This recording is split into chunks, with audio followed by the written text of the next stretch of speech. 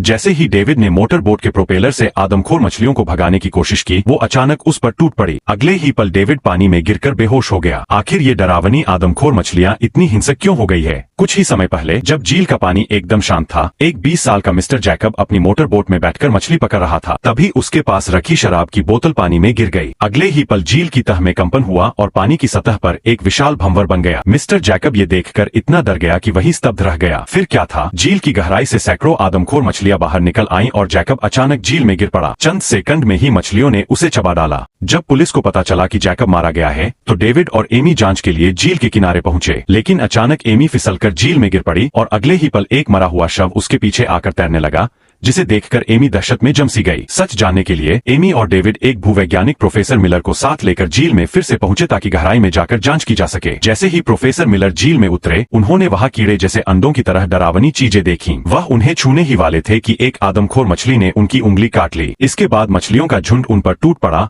और पलक झपकते ही उन्हें चीर फाड़ कर खा गया। बाद में एमी ने वर्तमान पुलिस चीफ रिचर्ड्स को रिपोर्ट दी कि मछलियों का समूह बेहद खतरनाक है, लेकिन चीफ ने यह कहकर बात को टाल दिया कि भूकंप के बाद लोग पहले ही डरे हुए हैं। उधर विक्टोरिया झील के पास के एक कस्बे में एक पार्टी चल रही थी, जहां सैकड़ों लोग स्विमिंग पूल में नहा रहे थे। अचानक पानी में छिपी मछलियां अपनी तीव्र सूंघने की शक्ति से बाहर निकल आईं और अगले ही पल सैकड़ों लोगों को नोच नोच कर खा गईं। उसी समय डेविड ने मोटर बोट में मौजूद गैस सिलेंडर खोला और तुरंत विस्फोटक बटन दबा दिया। जोरदार धमाके से बोट उड़ गई और झील की तह में छिपी सभी आदमखोर मछलियां खत्म हो गई।